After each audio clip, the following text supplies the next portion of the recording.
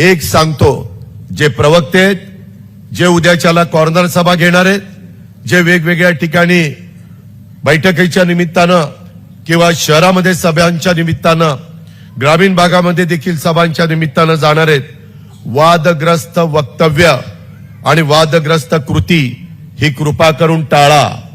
आपल्याला आपल्या चारी उमेदवारांना मताधिक्य वाढवायचंय. बोलायला जाताना तुमच्या माझ्या बोलण्यानी आपल्या उमेदवारांचं मत घटणार नाही, ही खबरदारी फार काळजीपूर्वक त्या ठिकाणी सगळ्यांनी घेतली पाहिजे.